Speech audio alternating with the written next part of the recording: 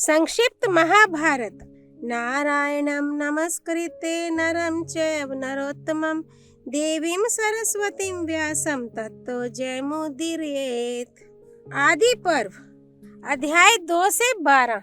अध्याय 2 जन्मेजय के भाइयों को शाप और गुरु सेवा की महिमा। उग्र श्रवा जी ने कहा, ऋषियों, परीक्षित नंदन जन्मेजय अपने भाइयों के साथ कुरुक्षेत्र में एक लंबा यज्ञ कर रहे थे। उनके 3 भाई थे, श्रुतसेन, उग्रसेन और भीमसेन। उस यज्ञ के अवसर पर वहां एक कुत्ता आया। जन्मेजय के भाइयों ने उसे पीटा और वह रोता चिल्लाता अपनी माँ के पास गया।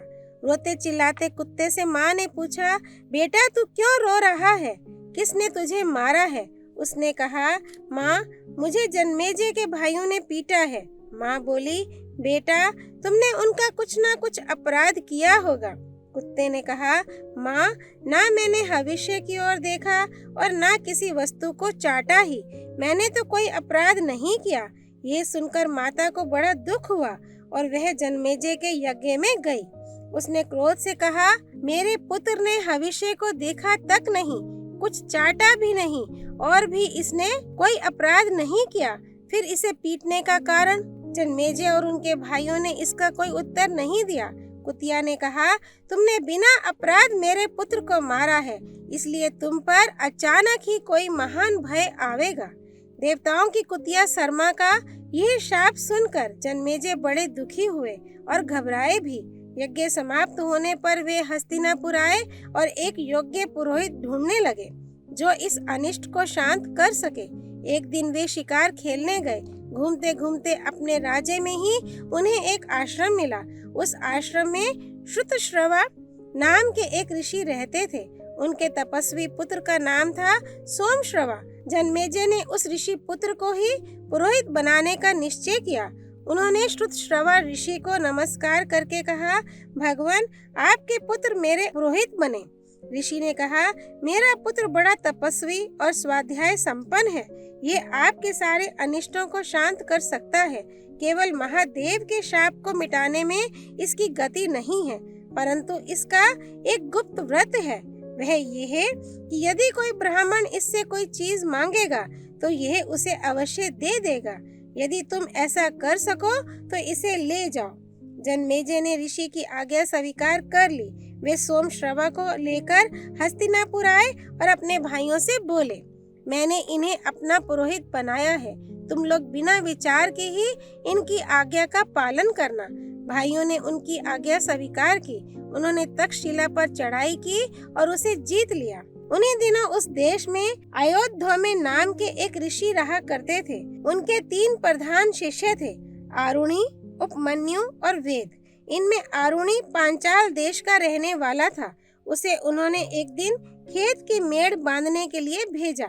गुरु की आज्ञा से आरुणि खेत पर गया और प्रयत्न करते करते हार गया तो भी उससे बांध ना बंधा। जब वह तंग आ गया तो उसे एक उपाय सूझा। वह मेड़ की जगह स्वयं लेट गया। इससे पानी का बहना बंद हो गया। कुछ समय बीतने पर अयोध्या ने अपने शिष्यों से पूछा कि आरुणि कहाँ गया। शिष्यों ने कहा, आपने ही तो उसे खेत की मेड़ बांधने के लिए भेजा था। आचार्य ने शिष्यों से कहा कि चलो हम लोग भी जहाँ वह गया है वहीं चलें। वहाँ जाकर आचार्य पुकारने लगे, आरुणि तुम कहाँ हो? आओ बेटा। आचार्य की आवाज पहचान कर आरुणि उठ खड़ा हुआ और उनके पास आकर बोला, भगवान, मैं यही हूँ। खेत से जल बहा जा रहा था। जब उसे मैं किसी प्रकार नहीं रोक सका तो स्वयं ही मेड़ के स्थान पर लेट गया। अब यकायक आपकी आवाज सुन मेड़ तोड़कर आपकी सेवा में आया हूँ। आपके चरणों में मेरे प्रणाम है। आज्ञा कीजिए, मैं आपकी क्या सेवा करूँ? आचार्य ने कहा, बेटा, तुम मेड़ के बांध को उद्दलन तोड़ ताड़ करके उठ खड़े हुए हो। इसलिए तुम्हारा नाम उद्दालक होगा। फिर कृपा दृष्टि से देखते हुए आचार्य ने और भी कहा, बेटा तुमने मेरी आज्ञा का पालन किया है, इसलिए तुम्हारा और भी कल्याण होगा। सारे वेद और धर्मशास्त्र तुम्हें ज्ञात हो जाएंगे। अपने आचार्य का वरदान पाकर वह अपने अभिष्ट स्थान पर चला गया। अयोध्या के दूसरे शिष्य का नाम था उपमन्यु। आचार्य ने उसे यह कहकर भेजा कि बेटा तुम गौओं की रक्षा करो। आचार्य की आज्ञा से वह गाय चराने लगा। दिन भर गाय चराने के बाद सायंकाल आचार्य के आश्रम पर आया और उन्हें नमस्कार किया। आचार्य ने कहा, बेटा तुम मोटे और बलवान दिख रहे हो, खाते पीते क्या हो? उसने कहा, आचार्य मैं भिक्षा मांगकर खा पी लेता हूँ। आचार्य ने कहा, बेटा मुझे निवेदन किए बिना भिक्षा नहीं खानी चाहिए। उसने आचार्य की बात मान ली। अब वह भिक्षा मांगकर उन्हें निवेदित कर देता और आचार्य सारी भिक्षा लेकर रख लेते। वह फिर दिन भर गाय चराकर संध्या के समय गुरुगृह में लौट आता और आचार्य को नमस्कार करता। एक दिन आचार्य ने कहा, बेटा मैं तुम्हारी सारी भिक्षा ले लेता हूँ, अब तुम क्या खाते पीते हो? उपमन्यु ने कहा, भगवान मैं पहली भिक्षा आपको निवेदित करके फिर दूसरी मांगकर खा पी लेता हूँ। आचार्य ने कहा, ऐसा करना अंत्यवासी गुरु के समीप रहने वाले ब्रह्मचारी के लिए अनुचित है। तुम दूसरे भिक्षार्थियों की जीविका में अड़चन डालते हो और इससे तुम्हारा लोभ भी सिद्ध होता है। उपमन्यु ने आचार्य की आज्ञा स्वीकार कर ली और वह फिर गाय चराने चला गया। संध्या समय वह पुनः गुरुजी के पास आया और उनके चरणों में नमस्कार किया। आचार्य ने कहा, बेटा उपमन्यु मैं तुम्हारी सारी भिक्षा ले लेता हूँ, दूसरी बार तुम मांगते नहीं, फिर भी तुम खूब हट्टे कट्टे हो, अब क्या खाते पीते हो? उपमन्यु ने कहा, भगवान मैं इन गौओं के दूध से अपना जीवन निर्वाह कर लेता हूँ। आचार्य ने कहा, बेटा मेरी आज्ञा के बिना गौओं का दूध पी लेना उचित नहीं है। उसने उनकी वह आज्ञा भी स्वीकार की और फिर गौएं चराकर शाम को उनकी सेवा में उपस्थित होकर नमस्कार किया। आचार्य ने पूछा, बेटा तुमने मेरी आज्ञा से भिक्षा की तो बात ही कौन, दूध पीना भी छोड़ दिया, फिर क्या खाते पीते हो? उपमन्यु ने कहा, भगवान ये बछड़े अपनी माँ के थन से दूध पीते समय जो फेन उगल देते हैं वही मैं पी लेता हूँ। आचार्य ने कहा, राम राम ये दयालु बछड़े तुम पर कृपा करके बहुत सा फेन उगल देते होंगे, इस प्रकार तो तुम इनकी जीविका में अड़चन डालते हो, तुम्हें वह भी नहीं पीना चाहिए। उसने आचार्य की आज्ञा शिरोधार्य की। अब खाने पीने के सभी दरवाजे बंद हो जाने के कारण भूख से व्याकुल होकर उसने एक दिन आग के पत्ते खा लिए। उन खारे, तीते, कड़वे, रूखे और पचने पर तीक्ष्ण रस पैदा करने वाले पत्तों को खाकर वह अपनी आंखों की ज्योति खो बैठा। अंधा होकर वन में भटकता रहा और एक कुएं में गिर पड़ा। सूर्यास्त हो गया, परंतु उपमन्यु आचार्य के आश्रम पर नहीं आया। आचार्य ने शिष्यों से पूछा, उपमन्यु नहीं आया? शिष्यों ने कहा, भगवान वह तो गाय चराने गया है। आचार्य ने कहा, मैंने उपमन्यु के खाने पीने के सभी दरवाजे बंद कर दिए हैं, इससे उसे क्रोध आ गया होगा, तभी तो अब तक नहीं लौटा, चलो उसे ढूंढें। आचार्य शिष्यों के साथ वन में गए और जोर से पुकारा, उपमन्यु तुम कहाँ हो, आओ बेटा। आचार्य की आवाज पहचान कर वे जोर से बोला, मैं इस कुएं में गिर पड़ा हूँ। आचार्य ने पूछा कि तुम कुएं में कैसे गिरे? उसने कहा, आग के पत्ते खाकर मैं अंधा हो गया और इस कुएं में गिर पड़ा। आचार्य ने कहा, तुम देवताओं के चिकित्सक अश्विनी कुमार की स्तुति करो, वे तुम्हारी आंखें ठीक कर देंगे। तब उपमन्यु ने वेद की ऋचाओं से अश्विनी कुमार की स्तुति की।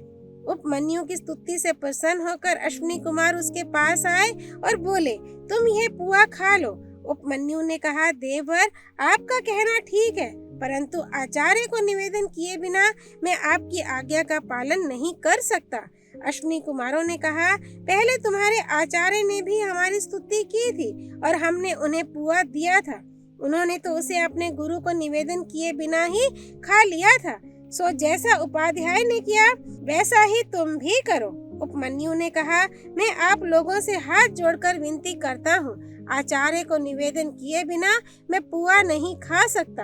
अश्विनी कुमारों ने कहा, हम तुम पर प्रसन्न हैं, तुम्हारी इस गुरु भक्ति से तुम्हारे दांत सोने के हो जाएंगे, तुम्हारी आंखें ठीक हो जाएंगी और तुम्हारा सब प्रकार कल्याण होगा। अश्विनी कुमारों की आज्ञा के अनुसार उपमन्यु आचार्य के पास आया और सब घटना सुनाई।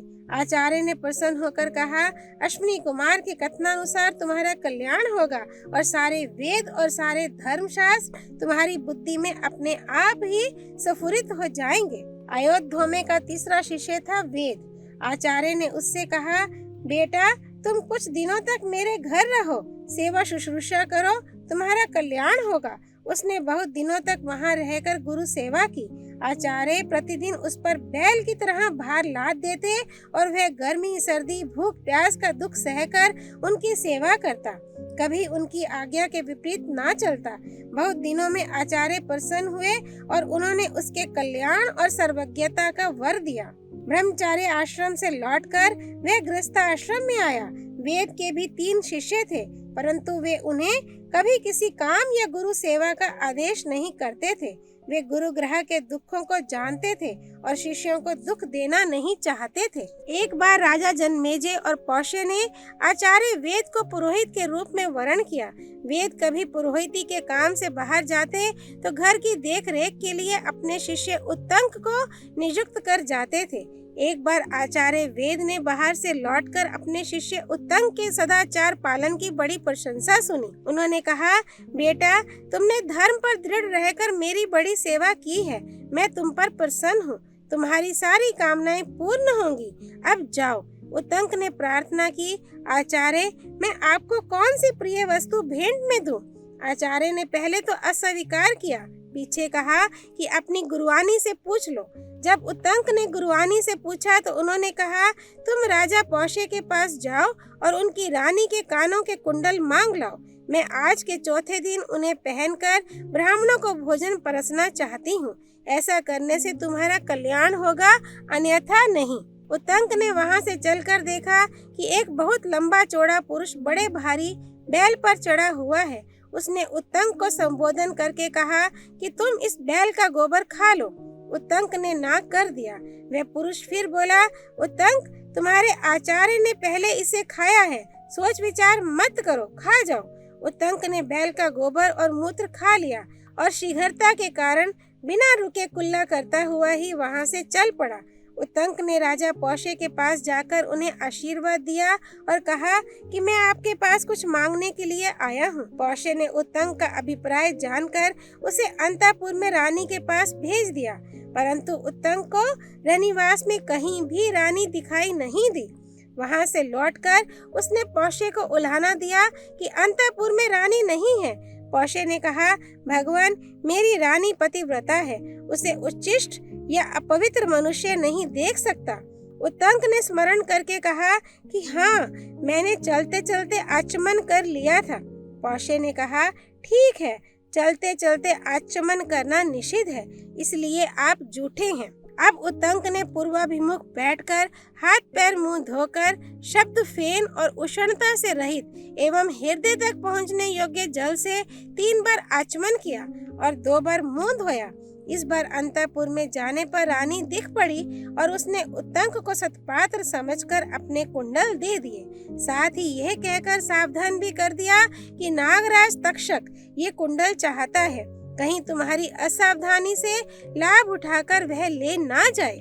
मार्ग में चलते समय उत्तंक ने देखा कि उसके पीछे पीछे एक नगन चल रहा है, कभी प्रकट होता है और कभी छिप जाता है। एक बार उत्तंक ने कुंडल रखकर जल लेने की चेष्टा की, इतने ही में वह शपणक कुंडल लेकर अदृश्य हो गया। नागराज तक्षक ही उस वेश में आया था। उत्तंक ने इंद्र के वज्र की सहायता से नागलोक तक उसका पीछा किया। अंत में भयभीत होकर तक्षक ने उसे कुंडल दे दिए। उत्तंक ठीक समय पर अपनी गुरुआनी के पास पहुंचा और उन्हें कुंडल देकर आशीर्वाद प्राप्त किया। अब आचार्य से आज्ञा प्राप्त करके उत्तंक हस्तिनापुर आया। वह तक्षक पर अत्यंत क्रोधित था और उससे बदला लेना चाहता था। उस समय तक हस्तिनापुर के सम्राट जनमेजय तक्षशिला पर विजय प्राप्त करके लौट चुके थे। उत्तंक ने कहा, राजन, तक्षक ने आपके पिता को डंसा है, आप उससे बदला लेने के लिए यज्ञ कीजिए। काश्यप आपके पिता की रक्षा करने के लिए आ रहे थे, परंतु उन्हें उसने लौटा दिया। अब आप सर्प सत्र कीजिए और उसकी प्रज्वलित अग्नि में उस पापी को जलाकर भस्म कर डालिए। उस दुरात्मा ने मेरा भी कम अनिष्ट नहीं किया है।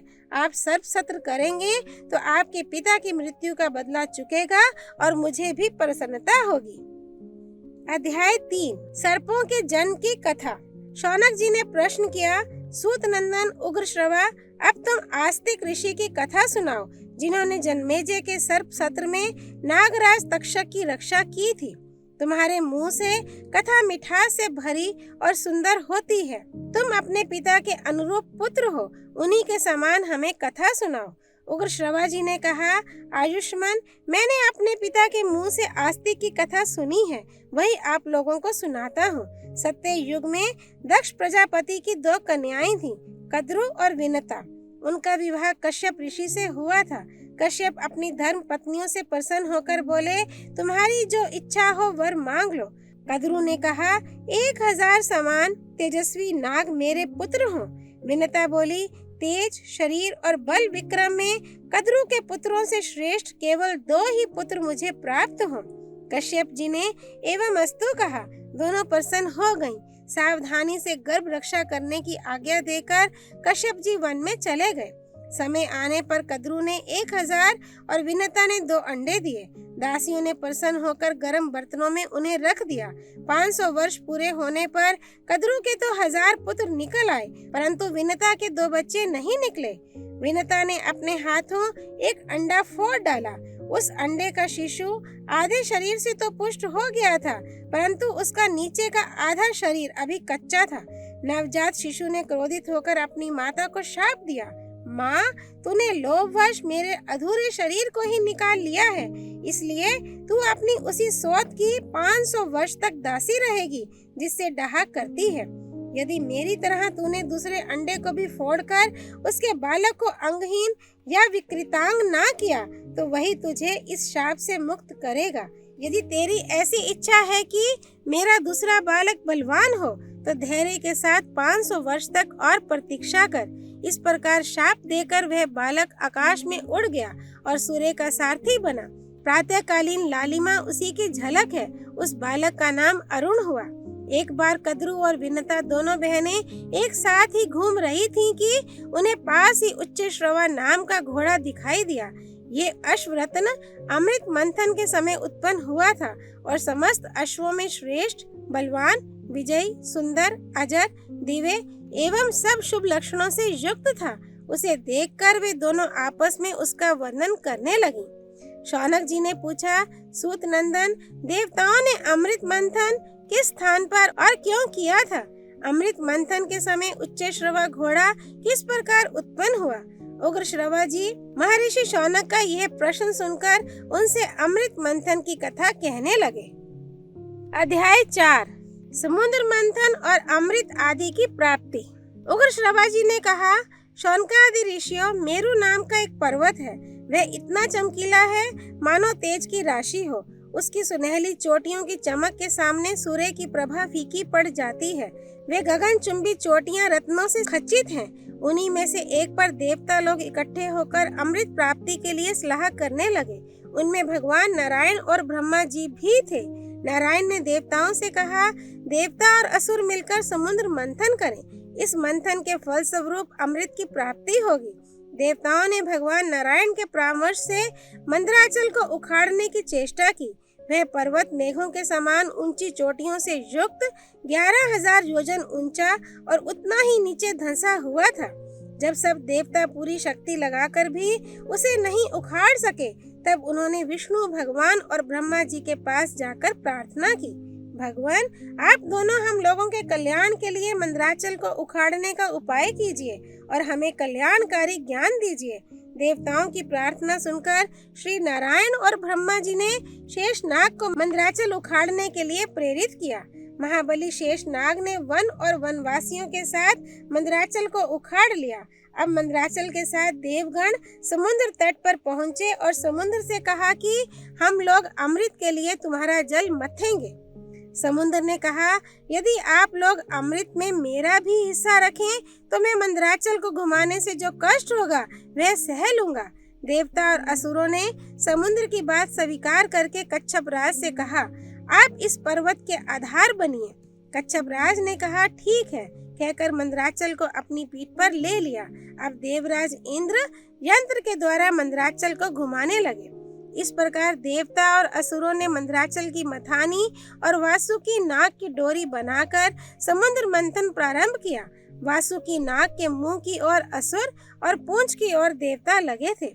बार बार खींचे जाने के कारण वासुकी नाग के मुख से धुएं और अग्नि ज्वाला के साथ सांस निकलने लगी। वह सांस थोड़ी ही देर में मेघ बन जाती और वह मेघ थके मांदे देवताओं पर जल बरसाने लगता। पर्वत के शिखर से पुष्पों की झड़ी लग गई। महामेघ के समान गंभीर शब्द होने लगा। पहाड़ पर के वृक्ष आपस में टकराकर गिरने लगे। उनकी रगड़ से आग लग गई। इंद्र ने मेघों के द्वारा जल बरसवाकर उसे शांत किया। वृक्षों के दूध और औषधियों के रस चू चू कर समुद्र में आने लगे। औषधियों के अमृत के समान प्रभावशाली रस और दूध तथा सुवर्णमय मंदराचल की अनेकों दिव्य प्रभाव वाली मणियों से चूने वाले जल के स्पर्श से ही देवता अमृतत्व को प्राप्त होने लगे। उन उत्तम रसों के सम्मिश्रण से समुद्र का जल दूध बन गया और दूध से घी बनने लगा। देवताओं ने मथते मथते थक कर ब्रह्मा जी से कहा, भगवान नारायण के अतिरिक्त सभी देवता और असुर थक गए हैं। समुद्र मथते मथते इतना समय बीत गया, परंतु अब तक अमृत नहीं निकला। ब्रह्मा जी ने भगवान विष्णु से कहा, भगवान आप इन्हें बल दीजिए, आप ही इनके एकमात्र आश्रय हैं। विष्णु भगवान ने कहा, जो लोग इस कार्य में लगे हुए हैं, मैं उन्हें बल दे रहा हूँ। सब लोग पूरी शक्ति लगाकर मंदराचल को घुमावें और समुद्र को शुद्ध कर दें। भगवान के इतना कहते ही देवता और असुरों का बल बढ़ गया। वे बड़े वेग से मथने लगे। सारा समुद्र शुद्ध हो उठा। उस समय समुद्र से अगणित किरणों वाला शीतल प्रकाश से युक्त श्वेत वर्ण का चंद्रमा प्रकट हुआ। चंद्रमा के बाद भगवती लक्ष्मी और सुरा देवी निकली। उसी समय श्वेत वर्ण का उच्च श्रवा घोड़ा भी पैदा हुआ। भगवान नारायण के वक्षस्थल पर सुशोभित होने वाली दिव्य किरणों से उज्जवल कौस्तुभ मणि तथा वांछित फल देने वाले कल्प वृक्ष और कामधेनु भी उसी समय निकले। लक्ष्मी, सुरा, चंद्रमा, उच्च श्रवा ये सब आकाश मार्ग से देवताओं के लोक में चले गए। इसके बाद दिव्य शरीरधारी धन्वंतरी देव प्रकट हुए। वे अपने हाथ में अमृत से भरा श्वेत कमंडलू लिए हुए थे। यह अद्भुत चमत्कार देखकर दानवों में ये मेरा है ऐसा कोलाहल मच गया। तदनंतर 4 श्वेत दांतों से युक्त विशाल ऐरावत हाथी निकला। उसे इंद्र ने ले लिया। जब समुद्र का बहुत मंथन किया गया तब उसमें से कालकूट विष निकला। उसकी गंध से ही लोगों की चेतना जाती रही। ब्रह्मा की प्रार्थना से भगवान शंकर ने उसे अपने कंठ में धारण कर लिया। तभी से वे नीलकंठ नाम से प्रसिद्ध हुए। ये सब देखकर दानवों की आशा टूट गई। अमृत और लक्ष्मी के लिए उनमें बड़ा वैर विरोध और फूट हो गई। उसी समय भगवान विष्णु मोहिनी स्त्री का वेश धारण करके दानवों के पास आए। मूर्खों ने उनकी माया न जानकर मोहिनी रूपधारी भगवान को अमृत का पात्र दे दिया। उस समय वे सभी मोहिनी के रूप पर लट्टू हो रहे थे। इस प्रकार विष्णु भगवान ने मोहिनी रूप धारण करके दैत्य और दानवों से अमृत छीन लिया और देवताओं ने उनके पास जाकर उसे पी लिया।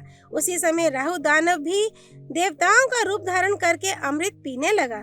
अभी अमृत उसके कंठ तक ही पहुंचा था कि चंद्रमा और सूर्य ने उसका भेद बतला दिया। भगवान विष्णु ने तुरंत ही अपने चक्र से उसका सिर काट डाला। राहु का पर्वत शिखर के समान सिर आकाश में उड़कर गरजने लगा और उसका धड़ पृथ्वी पर गिरकर सबको कंपाता हुआ तड़फड़ाने लगा। तभी से राहु के साथ चंद्रमा और सूर्य का वैमनस्य स्थायी हो गया। विष्णु भगवान ने अमृत पिलाने के बाद अपना मोहिनी रूप त्याग दिया और वे तरह तरह के भयावने अस्त्र शस्त्रों से असुरों को डराने लगे। बस खारे समुद्र के तट पर देवता और असुरों का भयंकर संग्राम छिड़ गया। भांति भांति के अस्त्र शस्त्र बरसने लगे। भगवान के चक्र से कट कुट कर कोई कोई असुर खून उगलने लगे तो कोई कोई देवताओं के खड्ग, शक्ति और गदा से घायल होकर धरती पर लौटने लगे। चारों ओर से यही आवाज सुनाई पड़ती कि मारो, काटो, दौड़ो, गिरा दो, पीछा करो। इस प्रकार भयंकर युद्ध हो ही रहा था कि विष्णु भगवान के दो रूप नर और नारायण युद्ध भूमि में दिखाई पड़े। नर का दिव्य धनुष देखकर नारायण ने अपने चक्र का स्मरण किया और उसी समय सूर्य के समान तेजस्वी गोलाकार चक्र आकाश मार्ग से वहां उपस्थित हुआ। भगवान नारायण के चलाने पर चक्र शत्रु दल में घूम घूम कर काला अग्नि के समान सहस्त्र सहस्त्र असुरों का संहार करने लगा। असुर भी आकाश में उड़ उड़कर पर्वतों की वर्षा से देवताओं को घायल करते रहे। उस समय देव शिरोमणि नर ने बाणों के द्वारा पर्वतों की चोटियां काट काट कर उन्हें आकाश में बिछा दिया और सुदर्शन चक्र घास फूस की तरह दैत्यों को काटने लगा। इससे भयभीत होकर असुरगण पृथ्वी और समुद्र में छिप गए। देवताओं की जीत हुई। मंदराचल को सम्मान पूर्वक यथास्थान पहुंचा दिया गया। सभी अपने अपने स्थान पर गए। देवता और इंद्र ने बड़े आनंद से सुरक्षित रखने के लिए भगवान नर को अमृत दे दिया। यही समुद्र मंथन की कथा है। अध्याय 5 कद्रु और विनता की कथा तथा गरुड़ की उत्पत्ति। उग्र श्रवा जी कहते हैं, शौनकादि ऋषियों, अमृत मंथन की वह कथा जिसमें उच्च श्रवा घोड़े के उत्पन्न होने की बात भी है, आपको सुना दी। इसी उच्च श्रवा घोड़े को देखकर कद्रु ने विनता से कहा, बहन जल्दी से बताओ तो ये घोड़ा किस रंग का है। विनता ने कहा, बहन ये अश्वराज श्वेत वर्ण का है, तुम इसे किस रंग का समझती हो। कद्रु ने कहा, अवश्य ही इस घोड़े का रंग सफेद है, परंतु पूंछ काली है। आओ हम दोनों इस विषय में बाजी लगावें। यदि तुम्हारी बात ठीक हो तो मैं तुम्हारी दासी रहूं और मेरी बात ठीक हो तो तुम मेरी दासी रहना। इस प्रकार दोनों बहनें आपस में बाजी लगाकर और दूसरे दिन घोड़ा देखने का निश्चय करके घर चली गईं। कद्रु ने विनता को धोखा देने के विचार से अपने 1000 पुत्रों को यह आज्ञा दी कि पुत्रों, तुम लोग शीघ्र ही काले बाल बनकर उच्च श्रवा की पूंछ ढक लो, जिससे मुझे दासी न बनना पड़े। जिन सर्पों ने उसकी आज्ञा ना मानी, उन्हें उसने शाप दिया कि जाओ, तुम लोगों को अग्नि जनमेजय के सर्प यज्ञ में जलाकर भस्म कर देगा। ये दैव संयोग की बात है कि कद्रु ने अपने पुत्रों को ही ऐसा शाप दे दिया। ये बात सुनकर ब्रह्मा जी और समस्त देवताओं ने उसका अनुमोदन किया। उन दिनों पराक्रमी और विषैले सर्प बहुत प्रबल हो गए थे। वे दूसरों को बड़ी पीड़ा पहुंचाते थे। प्रजा के हित की दृष्टि से ये उचित ही हुआ। जो लोग दूसरे जीवों का अहित करते हैं, उन्हें विधाता की ओर से ही प्राणांत दंड मिल जाता है। ऐसा कहकर ब्रह्मा जी ने भी कद्रु की प्रशंसा की।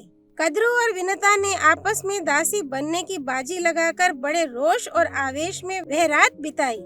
दूसरे दिन प्रातःकाल होते ही निकट से घोड़े को देखने के लिए दोनों चल पड़ी। सर्पों ने परस्पर विचार करके यह निश्चय किया कि हमें माता की आज्ञा का पालन करना चाहिए। यदि उसका मनोरथ पूरा ना होगा तो वह प्रेम भाव छोड़कर रोष पूर्वक हमें जला देगी। यदि इच्छा पूरी हो जाएगी तो प्रसन्न होकर हमें अपने शाप से मुक्त कर देगी। इसलिए चलो हम लोग घोड़े की पूंछ को काली कर दें। ऐसा निश्चय करके वे उच्च श्रवा की पूंछ से बाल बनकर लिपट गए, जिससे वह काली जान पड़ने लगी। इधर कद्रु और विनता बाजी लगाकर आकाश मार्ग से समुद्र को देखते देखते दूसरे पार जाने लगी। दोनों ही घोड़े के पास पहुंचकर नीचे उतर पड़ी। उन्होंने देखा कि घोड़े का सारा शरीर तो चंद्रमा की किरणों के समान उज्जवल है, परंतु पूंछ काली है। यह देखकर विनता उदास हो गई। कद्रु ने उसे अपना दासी बना लिया। समय पूरा होने पर महातेजस्वी गरुड़ माता की सहायता के बिना ही अंडा फोड़कर उससे बाहर निकल आए। उनके तेज से दिशाएं प्रकाशित हो गईं। उनकी शक्ति, गति, दीप्ति और वृद्धि विलक्षण थी। नेत्र बिजली के समान पीले और शरीर अग्नि के समान तेजस्वी। वे जन्मते ही आकाश में बहुत ऊपर उड़ गए। उस समय वे ऐसे जान पड़ते थे मानो दूसरा बड़वा नल ही हो। देवताओं ने समझा अग्निदेव ही इस रूप में बढ़ रहे हैं। उन्होंने विश्व रूप अग्नि की शरण में जाकर प्रणाम पूर्वक कहा, अग्निदेव, आप अपना शरीर मत बढ़ाइए। क्या आप हमें भस्म कर डालना चाहते हैं? देखिए, आपकी यह तेजोमयी मूर्ति हमारी ओर बढ़ती आ रही है। अग्नि ने कहा, देवगण, ये मेरी मूर्ति नहीं है, ये विनता नंदन परम तेजस्वी पक्षीराज गरुड़ हैं। इन्हीं को देखकर आप लोगों को भ्रम हुआ है। ये नागों के नाशक, देवताओं के हितैषी और असुरों के शत्रु हैं। आप इनसे भयभीत ना हो, मेरे साथ चलकर इनसे मिल लें। अग्नि के साथ जाकर देवता और ऋषियों ने गरुड़ की स्तुति की। देवता और ऋषियों की स्तुति सुनकर गरुड़ जी ने कहा, मेरे भयंकर शरीर को देखकर जो लोग घबरा गए थे, वे अब भयभीत ना हो। मैं अपने शरीर को छोटा और तेज को कम कर लेता हूँ।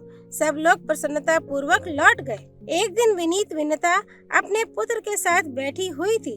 कद्रु ने उसे बुलाकर कहा, मुझे समुद्र के भीतर नागों का एक दर्शनीय स्थान देखना है, वहाँ तू मुझे ले चल। अब विनता ने कद्रु को और गरुड़ जी ने माता की आज्ञा से सर्पों को अपने कंधों पर बिठा लिया और उनके अभीष्ट स्थान को चले। गरुड़ जी बहुत ऊपर सूर्य के निकट से चल रहे थे। तीक्ष्ण गर्मी के कारण सर्प बेहोश हो गए। कद्रु ने इंद्र की प्रार्थना करके सारे आकाश को मेघ मंडल से आच्छादित करा दिया। वर्षा हुई, सब सर्प सुखी हो गए। उन्होंने अभीष्ट स्थान पर पहुंचकर लवण सागर, मनोहर वन आदि देखा, यथेच विहार किया और खूब खेल कूद कर गरुड़ से कहा, तुमने तो आकाश में उड़ते समय बहुत से सुंदर सुंदर द्वीप देखे होंगे, अब हमें और किसी द्वीप में ले चलो। गरुड़ कुछ चिंता में पड़ गए। उन्होंने सोच विचार कर अपनी माता से पूछा कि माँ, मुझे सर्पों की आज्ञा का पालन क्यों करना चाहिए? विनता ने कहा, बेटा, इन सर्पों के छल से मैं बाजी हार गई और दुर्भाग्यवश अपनी सौत कद्रु की दासी हो गई। अपनी माता के दुख से गरुड़ भी बड़े दुखी हुए। उन्होंने सर्पों से कहा, सर्पगण, ठीक ठीक बताओ, मैं तुम्हें कौन सी वस्तु ला दूं, किस बात का पता लगा दूं, अथवा तुम लोगों का कौन सा उपकार कर दूं, जिससे मैं और मेरी माता दासत्व से मुक्त हो जाएं। सर्पों ने कहा, गरुड़, यदि तुम अपने पराक्रम से हमारे लिए अमृत ला दो तो हम तुम्हें और तुम्हारी माता को दासत्व से मुक्त कर देंगे। अध्याय 6। अमृत के लिए गरुड़ की यात्रा और गज कच्छप का वृत्तांत। उग्र श्रवा जी कहते हैं, शौनकादि ऋषियों, सर्पों की बात सुनकर गरुड़ ने अपनी माता विनता से कहा, माता, मैं अमृत के लिए जा रहा हूँ। उसके पहले मैं यह जानना चाहता हूँ कि वहाँ खाऊंगा क्या? विनता ने कहा, बेटा, समुद्र में निषादों की एक बस्ती है, उन्हें खाकर तुम अमृत ले आओ। एक बात का स्मरण रखना, ब्राह्मण का वध कभी ना करना, वे सबके लिए अवध्य हैं। गरुड़ जी माता जी की आज्ञा के अनुसार उस द्वीप के निषादों को खाकर आगे बढ़े। गलती से एक ब्राह्मण उनके मुंह में आ गया, जिससे उनका तालू जलने लगा। उसे छोड़कर वे कश्यप जी के पास गए। कश्यप जी ने पूछा, बेटा, तुम लोग सकुशल तो हो? आवश्यकता अनुसार भोजन तो मिल जाता है ना? गरुड़ जी ने कहा, मेरी माता सकुशल है, हम भी सानंद हैं। यथेच भोजन ना मिलने से कुछ दुख रहता है। मैं अपनी माता को दासीपन से छुड़ाने के लिए सर्पों के कहने पर अमृत लाने के लिए जा रहा हूँ। माता ने मुझे निषादों का भोजन करने के लिए कहा था, परंतु उससे मेरा पेट नहीं भरा। अब आप कोई ऐसी खाने की वस्तु बताइए जिसे खाकर मैं अमृत ला सकूं। कश्यप जी ने कहा, बेटा, यहाँ से थोड़ी दूर पर एक विश्व विख्यात सरोवर है। उसमें एक हाथी और एक कछुआ रहता है। वे दोनों पूर्व जन्म के भाई, परंतु एक दूसरे के शत्रु हैं। वे अब भी एक दूसरे से उलझे रहते हैं। अच्छा, उनके पूर्व जन्म की कथा सुनो। प्राचीन काल में विभावसु नामक एक बड़े क्रोधी ऋषि थे। उनका छोटा भाई था बड़ा तपस्वी सुप्रतीक। सुप्रतीक अपने धन को बड़े भाई के साथ नहीं रखना चाहता था। वह नित्य बंटवारे के लिए कहा करता। विभावसु ने अपने छोटे भाई से कहा, सुप्रतीक, धन के मोह के कारण ही लोग उसका बंटवारा चाहते हैं और बंटवारा होने पर एक दूसरे के विरोधी हो जाते हैं। तब शत्रु भी उनके अलग अलग मित्र बन जाते हैं और भाई भाई में भेद डाल देते हैं। उनका मन फटते ही मित्र बने हुए शत्रु दोष दिखा दिखा कर वैर भाव बढ़ा देते हैं। अलग अलग होने से तत्काल उनका अधोपतन हो जाता है। क्योंकि फिर वे एक दूसरे की मर्यादा और सौहार्द का ध्यान नहीं रखते। इसी से सत्पुरुष भाइयों के अलगाव की बात को अच्छी नहीं मानते। जो लोग गुरु और शास्त्र के उपदेश पर ध्यान न देकर परस्पर एक दूसरे को संदेह की दृष्टि से देखते हैं, उनको वश में रखना कठिन है। तू भेदभाव के कारण ही धन अलग करना चाहता है, इसलिए जा, तुझे हाथी की योनि प्राप्त होगी। सुप्रतीक ने कहा, मैं हाथी होऊंगा तो तुम कछुआ होगे। गरुड़ इस प्रकार दोनों भाई धन के लालच से एक दूसरे को शाप देकर हाथी और कछुआ हो गए हैं। ये पारस्परिक द्वेष का परिणाम है। वे दोनों विशालकाय जंतु अब भी आपस में लड़ते रहते हैं। हाथी 6 योजन ऊंचा और 12 योजन लंबा है। कछुआ 3 योजन ऊंचा और 10 योजन गोल है।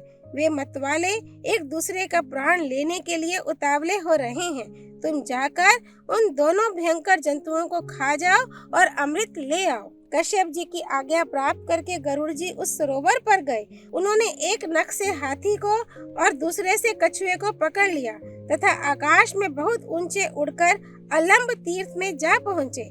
वहाँ सुवर्ण गिरी पर बहुत से देव वृक्ष लहला रहे थे। वे गरुड़ को देखते ही इस भय से कांपने लगे कि कहीं इनके धक्के से हम टूट ना जाएं। उनको भयभीत देखकर गरुड़ जी दूसरी ओर निकल गए। उधर एक बड़ा सा वट वृक्ष था।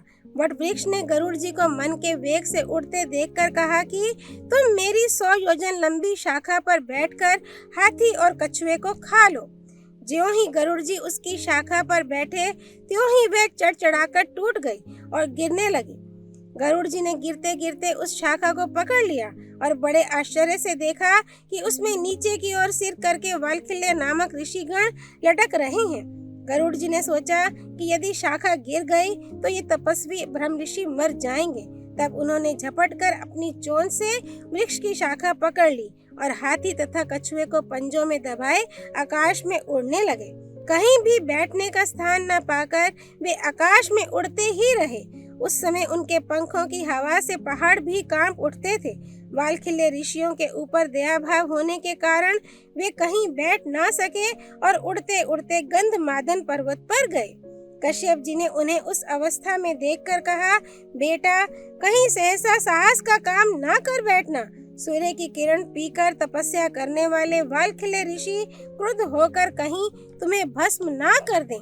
पुत्र से इस प्रकार कहकर उन्होंने तपाशुद्ध वालखिल्य ऋषियों से प्रार्थना की, तपोधनो, गरुड़ प्रजा के हित के लिए एक महान कार्य करना चाहता है, आप लोग इसे आज्ञा दीजिए। वालखिल्य ऋषियों ने उनकी प्रार्थना स्वीकार करके वट वृक्ष की शाखा छोड़ दी और तपस्या करने के लिए हिमालय पर चले गए। गरुड़ जी ने वह शाखा फेंक दी और पर्वत की चोटी पर बैठकर हाथी तथा कछुए को खाया। गरुड़ जी खा पीकर पर्वत की उस चोटी से ही ऊपर की ओर उड़े।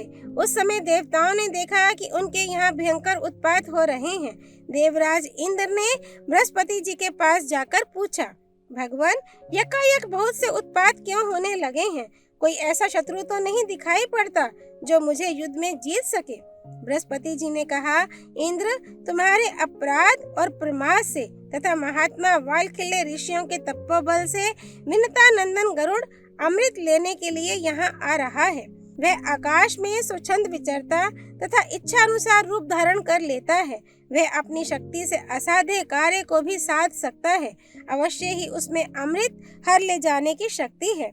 बृहस्पति जी की बात सुनकर इंद्र ने अमृत के रक्षकों को सावधान करके कहा कि देखो, परम पराक्रमी पक्षीराज गरुड़ यहाँ से अमृत ले जाने के लिए आ रहा है, सचेत रहो, वह बल पूर्वक अमृत न ले जाने पावे। सभी देवता और स्वयं इंद्र भी अमृत को घेरकर उसकी रक्षा के लिए डट गए। गरुड़ ने वहां पहुंचते ही पंखों की हवा से इतनी धूल उड़ाई कि देवता अंधे से हो गए। वे धूल से ढककर मूढ़ से बन गए। सभी रक्षक आंखें खराब होने से डर गए। वे एक क्षण तक गरुड़ को देख भी नहीं सके। सारा स्वर्ग शुद्ध हो गया। चोंच और डैनों की चोट से देवताओं के शरीर जर्जरित हो गए। इंद्र ने वायु को आज्ञा दी कि तुम ये धूल का पर्दा फाड़ दो, ये तुम्हारा कर्तव्य है। वायु ने वैसा ही किया। चारों ओर उजाला हो गया। देवता उन पर प्रहार करने लगे। गरुड़ ने उड़ते उड़ते ही गरज कर उनके प्रहार सह लिए और आकाश में उनसे भी ऊंचे पहुंच गए। देवताओं के शस्त्रास्त्रों के प्रहार से गरुड़ तनिक भी विचलित नहीं हुए, उनके आक्रमण को विफल कर दिया। गरुड़ के पंखों और चोंचों की चोट से देवताओं की चमड़ी उधड़ गई, शरीर खून से लथपथ हो गया। वे घबराकर स्वयं ही तितर बितर हो गए। इसके बाद गरुड़ आगे बढ़े। उन्होंने देखा कि अमृत के चारों ओर आग की लाल लाल लपटें उठ रही हैं। अब गरुड़ ने अपने शरीर में 8100 मुंह बनाए तथा बहुत सी नदियों का जल पीकर उसे धधकती हुई आग पर उड़ेल दिया। अग्नि शांत होने पर छोटा सा शरीर धारण करके वे और आगे बढ़े। अध्याय 7। गरुड़ का अमृत लेकर आना और विनता को दासी भाव से छुड़ाना। उग्र श्रवा जी कहते हैं, सूर्य की किरणों के समान उज्जवल और सुनहला शरीर धारण करके गरुड़ ने बड़े वेग से अमृत के स्थान में प्रवेश किया। उन्होंने वहां देखा कि अमृत के पास एक लोहे का चक्र निरंतर घूम रहा है। उसकी धार तीखी है, उसमें सहस्त्रों अस्त्र लगे हुए हैं। वह भयंकर चक्र सूर्य और अग्नि के समान जान पड़ता है। उसका काम ही था अमृत की रक्षा। गरुड़ जी चक्र के भीतर घुसने का मार्ग देखते रहे। एक क्षण में ही उन्होंने अपने शरीर को संकुचित किया और चक्र के आरों के बीच होकर भीतर घुस गए। अब उन्होंने देखा कि अमृत की रक्षा के लिए 2 भयंकर सर्प नियुक्त हैं। उनकी लपलपाती जीभें, चमकती आंखें और अग्नि की सी शरीर कांति थी। उनकी दृष्टि से ही विष का संचार होता था। गरुड़ जी ने धूल झोंक कर उनकी आंखें बंद कर दी, चोंचों और पंजों से मार मार कर उन्हें कुचल दिया, चक्र को तोड़ डाला और बड़े वेग से अमृत पात्र लेकर वहां से उड़ चले। उन्होंने स्वयं अमृत नहीं पिया, बस आकाश में उड़कर सर्पों के पास चल दिए। आकाश में उन्हें विष्णु भगवान के दर्शन हुए। गरुड़ के मन में अमृत पीने का लोभ नहीं है, ये जानकर अविनाशी भगवान उन पर बहुत प्रसन्न हुए और बोले, गरुड़, मैं तुम्हें वर देना चाहता हूँ, मन चाही वस्तु मांग लो। गरुड़ ने कहा, भगवान, एक तो आप मुझे अपनी ध्वजा में रखिए, दूसरे मैं अमृत पिए बिना ही अजर अमर हो जाऊं। भगवान ने कहा, तथास्तु। गरुड़ ने कहा, मैं भी आपको वर देना चाहता हूँ, मुझसे कुछ मांग लीजिए। भगवान ने कहा, तुम मेरे वाहन बन जाओ। गरुड़ ने ऐसा ही होगा कहकर उनकी अनुमति से अमृत लेकर यात्रा की। अब तक इंद्र की आंखें खुल चुकी थीं। उन्होंने गरुड़ को अमृत ले जाते देख क्रोध से भरकर वज्र चलाया। गरुड़ ने वज्राहत होकर भी हंसते हुए कोमल वाणी से कहा, इंद्र, जिनकी हड्डी से ये वज्र बना है, उनके सम्मान के लिए मैं अपना एक पंख छोड़ देता हूँ। तुम उसका भी अंत नहीं पा सकोगे। वज्राघात से मुझे तनिक भी पीड़ा नहीं हुई है। गरुड़ ने अपना एक पंख गिरा दिया। उसे देखकर लोगों को बड़ा आनंद हुआ। सबने कहा, जिसका यह पंख है उस पक्षी का नाम सुपर्ण हो। इंद्र ने चकित होकर मन ही मन कहा, धन्य है यह पराक्रमी पक्षी। उन्होंने कहा, पक्षीराज, मैं जानना चाहता हूँ कि तुम में कितना बल है, साथ ही तुम्हारी मित्रता भी चाहता हूँ।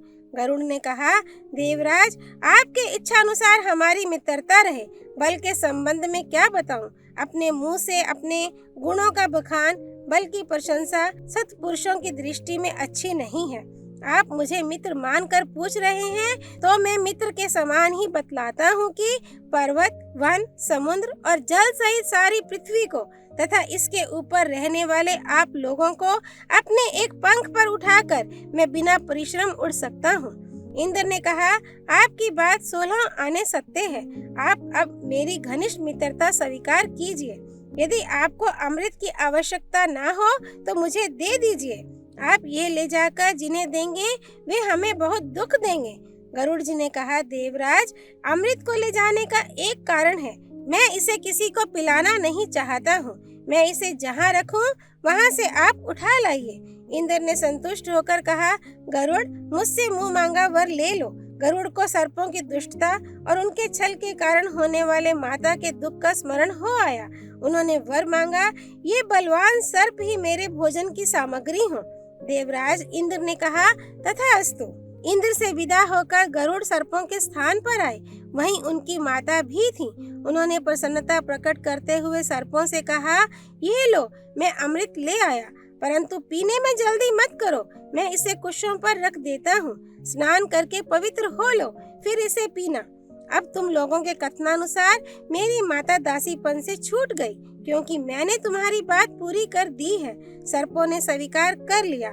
जब सर्पगण प्रसन्नता से भरकर स्नान करने के लिए गए, तब इंद्र अमृत कलश उठाकर स्वर्ग में ले आए। मंगल कृत्यों से लौटकर सर्पों ने देखा तो अमृत उस स्थान पर नहीं था। उन्होंने समझ लिया कि हमने विनता को दासी बनाने के लिए जो कपट किया था, उसी का ये फल है। फिर ये समझकर कि यहाँ अमृत रखा गया था, इसलिए संभव है इसमें कुछ अंश लगा हो। सर्पों ने कुशों को चाटना शुरू किया। ऐसा करते ही उनकी जीभ के 2-2 टुकड़े हो गए। अमृत का स्पर्श होने से कुछ पवित्र माना जाने लगा। अब गरुड़ कृतकृत्य होकर आनंद से अपनी माता के साथ रहने लगे। वे पक्षी राज हुए, उनकी कीर्ति चारों ओर फैल गई और माता सुखी हो गई। अध्याय 8। शेष नाग की वर प्राप्ति और माता के शाप से बचने के लिए सर्पों की बातचीत। शौनक जी ने पूछा, सूत नंदन, जब सर्पों को यह बात मालूम हो गई कि माता कद्रू ने हमें शाप दे दिया है, तब उन्होंने उसके निवारण के लिए क्या किया? उग्र श्रवा जी ने कहा, उन सर्पों में एक शेष नाग भी थे। उन्होंने कद्रू और अन्य सर्पों का साथ छोड़कर कठिन तपस्या प्रारंभ की। वे केवल हवा पीकर रहते और अपने व्रत का पूर्ण पालन करते थे। वे अपनी इंद्रियों को वश में करके गंधमादन, बदरिका आश्रम, गोकर्ण और हिमालय आदि की तराई में एकांत वास करते और पवित्र तीर्थों तथा धामों की यात्रा भी करते थे। ब्रह्मा जी ने देखा कि शेष नाग के शरीर का मांस, त्वचा और नाड़ियां सूख गई हैं। उनका सच्चा धैर्य और तपस्या देखकर वे उनके पास आए और बोले, शेष, तुम अपनी तीव्र तपस्या से प्रजा को संतप्त क्यों कर रहे हो? इस घोर तपस्या का उद्देश्य क्या है? कोई प्रजा के हित का काम क्यों नहीं करते? बतलाओ, तुम्हारी क्या इच्छा है? शेष जी ने कहा, भगवान, मेरे सब भाई मूर्ख हैं, इसलिए मैं उनके साथ नहीं रहना चाहता। आप मेरी इस इच्छा का अनुमोदन कीजिए। वे परस्पर एक दूसरे से शत्रु के समान डहा करते हैं। विनता और उसके पुत्र गरुड़ तथा अरुण से द्वेष करते हैं, इसलिए मैं उनसे ऊबकर तपस्या कर रहा हूँ। विनता नंदन गरुड़ निस्संदेह हमारे भाई हैं। अब मैं तपस्या करके ये शरीर छोड़ दूंगा। मुझे चिंता है तो इस बात की कि मरने के बाद भी उन दुष्टों का संग ना हो। ब्रह्मा जी ने कहा, शेष, मुझसे तुम्हारे भाइयों की करतूत छिपी नहीं है। माता की आज्ञा का उल्लंघन करने के कारण वे स्वयं बड़ी विपत्ति में पड़ गए हैं। अस्तु, मैंने उसका परिहार भी बना रखा है। अब तुम उनकी चिंता छोड़कर अपने लिए जो चाहो वर मांग लो। मैं तुम पर प्रसन्न हूँ, क्योंकि सौभाग्यवश तुम्हारी बुद्धि धर्म में अटल है। तुम्हारी बुद्धि सर्वदा ऐसी ही बनी रहे। शेष जी ने कहा, पितामह, मैं यही वर चाहता हूँ कि मेरी बुद्धि धर्म, तपस्या और शांति में संलग्न रहे। ब्रह्मा जी ने कहा, शेष, मैं तुम्हारे इंद्रियों और मन के संयम से बहुत प्रसन्न हूँ।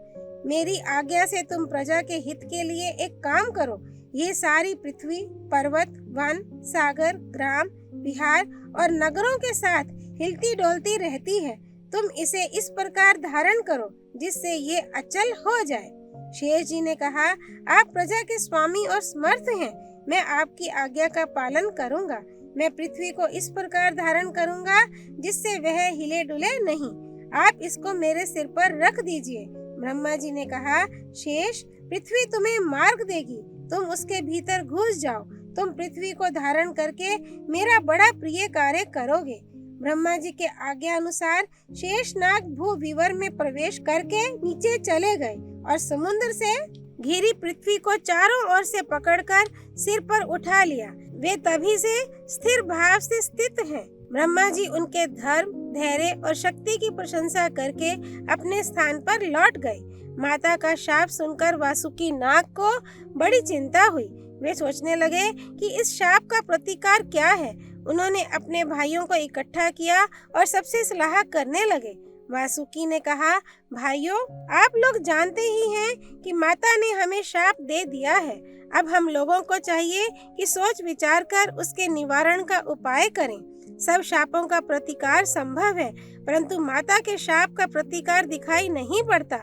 हमें अब समय व्यर्थ नहीं गंवाना चाहिए। विपत्ति आने से पहले ही उपाय करने से काम बन सकता है। तब ठीक है कहकर सभी बुद्धिमान और चतुर सर्प विचार करने लगे। कुछ नागों ने कहा, हम लोग ब्राह्मण बनकर जन्मेजय से भिक्षा मांगे कि तुम यज्ञ मत करो। कुछ ने कहा, हम मंत्री बनकर ऐसी सलाह दें जिससे यज्ञ ही ना होने पावे। किसी ने कहा कि उनके पुरोहित को ही डंसकर मार डाला जाए। पुरोहित के मरने से अपने आप यज्ञ रुक जाएगा। धर्मात्मा और दयालु नागों ने कहा, राम राम, ब्रह्म हत्या करने का विचार तो मूर्खतापूर्ण और अशुभ है। विपत्ति के समय धर्म से ही रक्षा होती है। अधर्म का आश्रय लेने से तो सारे जगत का ही सत्यानाश हो जाएगा। कुछ नागों ने कहा, हम बादल बनकर यज्ञ की आग बुझा देंगे। कुछ बोले, हम यज्ञ की सामग्री ही चुरा लाएंगे। कुछ ने कहा, हम लाखों आदमियों को डंस लेंगे। अंत में सर्पों ने कहा, वासुके, हम सब तो यही सोच सकते हैं। अब आपको जो अच्छा लगे वह उपाय शीघ्र कीजिए। वासुकी ने कहा, हमें तो तुम लोगों के विचार ठीक नहीं जंच रहे हैं। इन विचारों में अव्यवहार्यता बहुत अधिक है। चलो हम लोग अपने पिता महात्मा कश्यप को प्रसन्न करें और उनके आज्ञा अनुसार काम करें।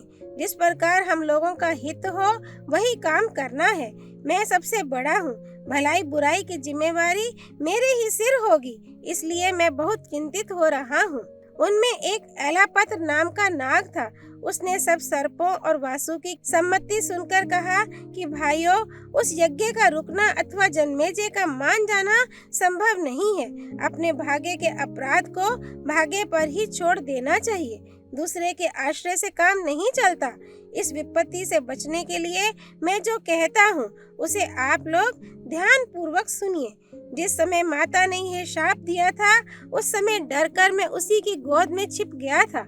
वह क्रूर शाप सुनकर देवताओं ने ब्रह्मा जी के पास जाकर कहा, भगवान, कठोर हृदय कद्रू को छोड़कर ऐसी कौन स्त्री होगी जो अपने मुंह से अपनी संतान को शाप दे डाले। पितामह, स्वयं आपने भी उसके शाप का अनुमोदन ही किया, निषेध नहीं किया। इसका क्या कारण है? ब्रह्मा जी ने कहा, देवताओं, इस समय जगत में सर्प बहुत बढ़ गए हैं। वे बड़े क्रोधी, डरावने और विषैले हैं। प्रजा के हित के लिए मैंने कद्रू को रोका नहीं। इस शाप से शूद्र, पापी और जहरीले सांपों का ही नाश होगा। धर्मात्मा सर्प सुरक्षित रहेंगे।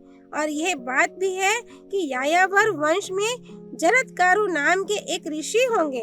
उनके पुत्र का नाम होगा आस्तिक। वही जन्मेजय का सर्प यज्ञ बंद करा सकेंगे। तब जाकर धार्मिक सर्पों का छुटकारा होगा। देवताओं के पूछने पर ब्रह्मा जी ने और भी बतलाया कि जरत्कारु की पत्नी का नाम भी जरत्कारु ही होगा। वह सर्पराज वासुकी की बहन होगी। उसके गर्भ से आस्तिक का जन्म होगा और वही सर्पों को मुक्त करेगा। इस प्रकार बातचीत करके ब्रह्मा जी और देवता अपने अपने लोक को चले गए। सो सर्पराज वासुके, मेरे विचार से आपकी बहन जरत्कारु का विवाह उस जरत्कारु ऋषि से ही होना चाहिए। वे जिस समय भिक्षा के समान पत्नी की याचना करें उसी समय उन्हें आप अपनी बहन दे दें। यही इस विपत्ति से रक्षा का उपाय है। एलापत्र की बात सुनकर सभी सर्पों ने प्रसन्न चित्त से कहा, ठीक है, ठीक है। तभी से वासुकी नाग बड़े प्रेम से अपनी बहन की रक्षा करने लगे। उसके थोड़े दिनों बाद ही समुद्र मंथन हुआ, जिसमें वासुकी नाग की नेति मथने वाली रस्सी बनाई गई। इसलिए देवताओं ने वासुकी नाग को ब्रह्मा जी के पास ले जाकर फिर से वही बात कहला दी जो एलापत्र नाग ने कही थी। वासुकी ने सर्पों को जरत्कारु ऋषि की खोज में नियुक्त कर दिया और उनसे कह दिया कि जिस समय जरत्कारु ऋषि विवाह करना चाहें उसी समय शीघ्र से शीघ्र आकर मुझे सूचित करना। हम लोगों के कल्याण का यही सुनिश्चित उपाय है। अध्याय 9, जरत्कारु ऋषि की कथा और आस्तिक का जन्म। शौनक ऋषि ने पूछा, सूत नंदन, आपने जिन जरत्कारु ऋषि का नाम लिया है उनका जरत्कारु नाम क्यों पड़ा था? उनके नाम का अर्थ क्या है और उनसे आस्तिक का जन्म कैसे हुआ? उग्र श्रवा जी ने कहा, जरा शब्द का अर्थ है क्षय, कारु शब्द का अर्थ है दारुण तात्पर्य यह है कि उनका शरीर पहले बड़ा दारुण अर्थात हट्टा कट्टा था। पीछे उन्होंने तपस्या करके उसे जीर्ण शीर्ण और क्षीण बना लिया। इसी से उनका नाम जरत्कारु पड़ा। वासुकी नाग की बहन भी पहले वैसी ही थी। उसने भी अपने शरीर को तपस्या के द्वारा क्षीण कर लिया, इसलिए वह भी जरत्कारु कहलाई। अब आस्तिक के जन्म की कथा सुनिए। जरत्कारु ऋषि बहुत दिनों तक ब्रह्मचर्य धारण करके तपस्या में संलग्न रहे। वे विवाह करना नहीं चाहते थे। वे जप तप और स्वाध्याय में लगे रहते तथा निर्भय होकर स्वच्छंद रूप से पृथ्वी पर विचरण करते। उन दिनों परीक्षित का राजत्व काल था। मुनिवर जरत्कारु का नियम था कि जहाँ सायंकाल हो जाता वहीं वे ठहर जाते। वे पवित्र तीर्थों में जाकर स्नान करते और ऐसे कठोर नियमों का पालन करते जिनको पालना विषय लोलुप पुरुषों के लिए प्रायः असंभव है। वे केवल वायु पीकर निराहार रहते। इस प्रकार उनका शरीर सूख सा गया। एक दिन यात्रा करते समय उन्होंने देखा कि कुछ पितर नीचे की ओर मुंह किए एक गड्ढे में लटक रहे हैं। वे एक खस का तिनका पकड़े हुए थे और वही केवल बच भी रहा था। उस तिनके की जड़ को भी धीरे धीरे एक चूहा कुतर रहा था। पितृगण निराहार थे, दुबले और दुखी थे। जरत्कारु ने उनके पास जाकर पूछा, आप लोग जिस खस के तिनके का सहारा लेकर लटक रहे हैं उसे एक चूहा कुतरता जा रहा है। आप लोग कौन हैं? जब इस खस की जड़ कट जाएगी तब आप लोग नीचे की ओर मुंह किए गड्ढे में गिर जाएंगे। आप लोगों को इस अवस्था में देखकर मुझे बड़ा दुख हो रहा है। मैं आपकी क्या सेवा करूं? आप लोग मेरी तपस्या के चौथे, तीसरे अथवा आधे भाग से इस विपत्ति से बचाए जा सकें तो बतलावें। और तो क्या, मैं अपनी सारी तपस्या का फल देकर भी आप लोगों को बचाना चाहता हूँ। आप आज्ञा कीजिए। पितरों ने कहा, आप बूढ़े ब्रह्मचारी हैं, हमारी रक्षा करना चाहते हैं, परंतु हमारी विपत्ति तपस्या के बल से नहीं टल सकती। तपस्या का फल तो हमारे पास भी है, परंतु वंश परंपरा के नाश के कारण हम इस घोर नरक में गिर रहे हैं। आप वृद्ध होकर करुणावश हमारे लिए चिंतित हो रहे हैं, इसलिए हमारी बात सुनिए। हम लोग यायावर नाम के ऋषि हैं। वंश परंपरा क्षीण हो जाने से हम पुण्य लोकों से नीचे गिर गए हैं। हमारे वंश में अब केवल एक ही व्यक्ति रह गया है, वह भी नहीं के बराबर है। हमारे अभाग्य से वह तपस्वी हो गया है। उसका नाम जरत्कारु है। वह वेद वेदांगों का विद्वान तो है ही, संयमी, उदार और व्रतशील भी है। उसने तपस्या के लोभ से हमें संकट में डाल दिया है। उसके कोई भाई बंधु अथवा पत्नी पुत्र नहीं है। इसी से हम लोग बेहोश होकर अनाथ की तरह गड्ढे में लटक रहे हैं। यदि वह आपको कहीं मिले तो उससे इस प्रकार कहना, जरत्कारो, तुम्हारे पितर नीचे मुंह करके गड्ढे में लटक रहे हैं। तुम विवाह करके संतान उत्पन्न करो। अब हमारे वंश के तुम ही एक आश्रय हो। ब्रह्मचारी जी, ये जो आप खस की जड़ देख रहे हैं, यही हमारे वंश का सहारा है। हमारी वंश परंपरा के जो लोग नष्ट हो चुके हैं, वही इसकी कटी हुई जड़ें हैं। ये अधकटी जड़ ही जरत्कारु है। जड़ कुतरने वाला चूहा महाबली काल है। ये एक दिन जरत्कारु को भी नष्ट कर देगा। तब हम लोग और भी विपत्ति में पड़ जाएंगे। आप जो कुछ देख रहे हैं वह सब जरत्कारु से कहिएगा। कृपा करके यह बतलाइए कि आप कौन हैं और हमारे बंधु की तरह हमारे लिए क्यों शोक कर रहे हैं। पितरों की बात सुनकर जरत्कारु को बड़ा शोक हुआ। उनका गला रुंध गया। उन्होंने गदगद वाणी से अपने पितरों से कहा, आप लोग मेरे ही पिता और पितामह हैं। मैं आप लोगों का अपराधी पुत्र जरत्कारु हूँ। आप लोग मुझ अपराधी को दंड दीजिए और मेरे करने योग्य काम बतलाइए। पितरों ने कहा, बेटा, यह बड़े सौभाग्य की बात है कि तुम संयोगवश यहाँ आ गए। भला बतलाओ तो, तुमने अब तक विवाह क्यों नहीं किया? जरत्कारु ने कहा, पितृगण, मेरे हृदय में यह बात निरंतर घूमती रहती थी कि मैं अखंड ब्रह्मचर्य का पालन करके स्वर्ग प्राप्त करूं। मैंने अपने मन में ये दृढ़ संकल्प कर लिया था कि मैं कभी विवाह नहीं करूंगा, परंतु आप लोगों को उल्टे लटकते देखकर मैंने अपना ब्रह्मचर्य का निश्चय पलट दिया है। अब मैं आप लोगों के लिए निस्संदेह विवाह करूंगा। यदि मुझे मेरे ही नाम की कन्या मिल जाएगी और वह भी भिक्षा की तरह, तो मैं उसे पत्नी के रूप में स्वीकार कर लूंगा। परंतु उसके भरण पोषण का भार नहीं उठाऊंगा। ऐसी सुविधा मिलने पर ही मैं विवाह करूंगा, अन्यथा नहीं। आप लोग चिंता मत कीजिए, आपके कल्याण के लिए मुझसे पुत्र होगा और आप परलोक में सुख से रहेंगे। जरत्कारु अपने पितरों से इस प्रकार कहकर पृथ्वी पर विचरने लगे, परंतु एक तो उन्हें बूढ़ा समझकर कोई उनसे अपनी कन्या ब्याहना नहीं चाहता था और दूसरे उनके अनुरूप कन्या मिलती भी नहीं थी। वे निराश होकर वन में गए और पितरों के हित के लिए 3 बार धीरे धीरे बोले, मैं कन्या की याचना करता हूँ। यहाँ जो भी चर अचर अथवा गुप्त या प्रकट प्राणी हैं, वे मेरी बात सुने। मैं पितरों का दुख मिटाने के लिए उनकी प्रेरणा से कन्या की भीख मांग रहा हूँ। जिस कन्या का नाम मेरा ही हो, जो भिक्षा की तरह मुझे दी जाए और जिसके भरण पोषण का भार मुझ पर ना रहे, ऐसी कन्या मुझे प्रदान करो। वासुकी नाग के द्वारा नियुक्त सर्प जरत्कारु की बात सुनकर नागराज के पास गए और उन्होंने चटपट अपनी बहन लाकर भिक्षा रूप से जरत्कारु ऋषि को समर्पित की। जरत्कारु ऋषि ने उसके नाम और भरण पोषण की बात जाने बिना अपनी प्रतिज्ञा के विपरीत उसे स्वीकार नहीं किया और वासुकी से पूछा कि इसका क्या नाम है, और साथ ही यह भी कहा कि मैं इसका भरण पोषण नहीं करूंगा। वासुकी नाग ने कहा, इस तपस्विनी कन्या का नाम भी जरत्कारु है और यह मेरी बहन है। मैं इसका भरण पोषण और रक्षण करूंगा। आपके लिए ही मैंने इसे अब तक रख छोड़ा है।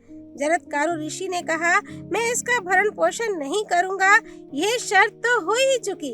इसके अतिरिक्त एक शर्त यह है कि यह कभी मेरा अप्रिय कार्य ना करे। करेगी तो मैं इसे अवश्य छोड़ दूंगा।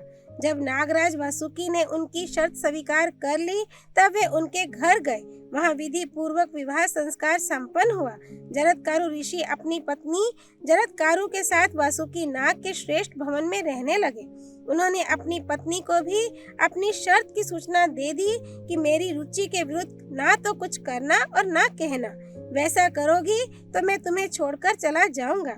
उनकी पत्नी ने स्वीकार किया और वह सावधान रहकर उनकी सेवा करने लगी। समय पर उसे गर्भ रह गया और धीरे धीरे बढ़ने लगा। एक दिन की बात है, जरत्कारु ऋषि कुछ खिन्न से होकर अपनी पत्नी की गोद में सिर रखकर सोए हुए थे।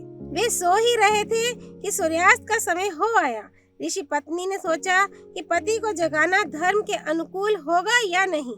ये बड़े कष्ट उठाकर धर्म का पालन करते हैं, कहीं जगाने या न जगाने से मैं अपराधिनी तो नहीं हो जाऊंगी। जगाने पर इनके कोप का भय है और न जगाने पर धर्म लोप का। अंत में वह इस निश्चय पर पहुंची कि ये चाहे कोप करें, परंतु इन्हें धर्म लोप से बचाना चाहिए। ऋषि पत्नी ने बड़ी मधुर वाणी से कहा, महाभाग उठिए, सूर्यास्त हो रहा है, आचमन करके संध्या कीजिए। ये अग्निहोत्र का समय है, पश्चिम दिशा लाल हो रही है। ऋषि जरत्कारु जगे। क्रोध के मारे उनका होंठ कांपने लगा। उन्होंने कहा, सर्पिणी, तूने मेरा अपमान किया है। अब मैं तेरे पास नहीं रहूंगा। जहाँ से आया हूँ वहीं चला जाऊंगा। मेरे हृदय में यह दृढ़ निश्चय है कि मेरे सोते रहने पर सूर्य अस्त नहीं हो सकते थे। अपमान के स्थान पर रहना अच्छा नहीं लगता। अब मैं जाऊंगा। अपने पति की हृदय में कंपी पैदा करने वाली बात सुनकर ऋषि पत्नी ने कहा, भगवान, मैंने अपमान करने के लिए आपको नहीं जगाया है। आपके धर्म का लोप ना हो, मेरी यही दृष्टि थी। जरत्कारु ऋषि ने कहा, एक बार जो मुंह से निकल गया वह झूठा नहीं हो सकता। मेरे तुम्हारे बीच इस प्रकार की शर्त तो पहले ही हो चुकी है। तुम मेरे जाने के बाद अपने भाई से कहना कि वे चले गए। यह भी कहना कि मैं यहाँ बड़े सुख से रहा। मेरे जाने के बाद तुम किसी प्रकार की चिंता मत करना। ऋषि पत्नी शोकग्रस्त हो गई। उसका मुंह सूख गया, वाणी गदगद हो गई, आंखों में आंसू भर आए। उसने कांपते हृदय से धीरज धरकर हाथ जोड़ कहा, धर्मज्ञ, मुझ निरपराध को मत छोड़िए। मैं धर्म पर अटल रहकर आपके प्रिय और हित में संलग्न रहती हूँ। मेरे भाई ने एक प्रयोजन लेकर आपके साथ मेरा विवाह किया था, अभी वह पूरा नहीं हुआ। हमारे जाति भाई कद्रू माता के शाप से ग्रस्त हैं। आपसे एक संतान उत्पन्न होने की आवश्यकता है, उसी से हमारी जाति का कल्याण होगा। आपका और मेरा संयोग निष्फल नहीं होना चाहिए। अभी मेरे गर्भ से संतान भी तो नहीं हुई। फिर आप मुझ निरपराध अबला को छोड़कर क्यों जाना चाहते हैं? पत्नी की बात सुनकर ऋषि ने कहा, तुम्हारे पेट में अग्नि के समान तेजस्वी गर्भ है, वह बहुत बड़ा विद्वान और धर्मात्मा ऋषि होगा। ये कहकर जरत्कारु ऋषि चले गए। पति के जाते ही ऋषि पत्नी अपने भाई वासुकी के पास गई और उनके जाने का समाचार सुनाया। ये अप्रिय घटना सुनकर वासुकी को बड़ा कष्ट हुआ। उन्होंने कहा, बहन, हमने जिस उद्देश्य से उनके साथ तुम्हारा विवाह किया था वह तो तुम्हें मालूम ही है। यदि उनके द्वारा तुम्हारे गर्भ से पुत्र हो जाता तो नागों का भला होता। वह पुत्र ब्रह्मा जी के कथनानुसार अवश्य ही जन्मेजय के यज्ञ से हम लोगों की रक्षा करता। बहन, तुम उनके द्वारा गर्भवती हुई हो ना? हम चाहते हैं कि तुम्हारा विवाह निष्फल ना हो। अपनी बहन से भाई का यह पूछना उचित नहीं है, फिर भी प्रयोजन के गौरव को देखते हुए मैंने यह प्रश्न किया है। मैं जानता हूँ कि जब उन्होंने एक बार जाने की बात कह दी तो उन्हें लौटाना असंभव है। मैं उनसे इसके लिए कहूँगा भी नहीं, कहीं वे मुझे शाप ना दे दें। बहन, तुम सब बात मुझसे कहो और मेरे हृदय से ये संकट का कांटा निकाल दो। ऋषि पत्नी ने अपने भाई वासुकी नाग को ढाढ़स बंधाते हुए कहा, भाई, मैंने भी उनसे ये बात कही थी। उन्होंने कहा है कि गर्भ है।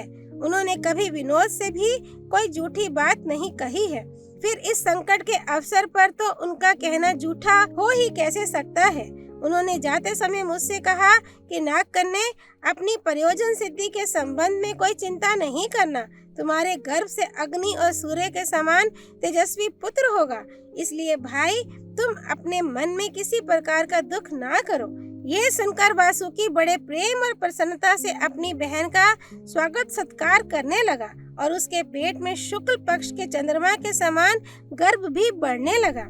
समय आने पर वासुकी की बहन जरत्कारु के गर्भ से एक दिव्य कुमार का जन्म हुआ। उसके जन्म से मातृवंश और पितृवंश दोनों का भय जाता रहा। कर्मशः बड़ा होने पर उसने च्यवन मुनि से वेदों का सांगोपांग अध्ययन किया। वह ब्रह्मचारी बालक बचपन में ही बड़ा बुद्धिमान और सात्विक था।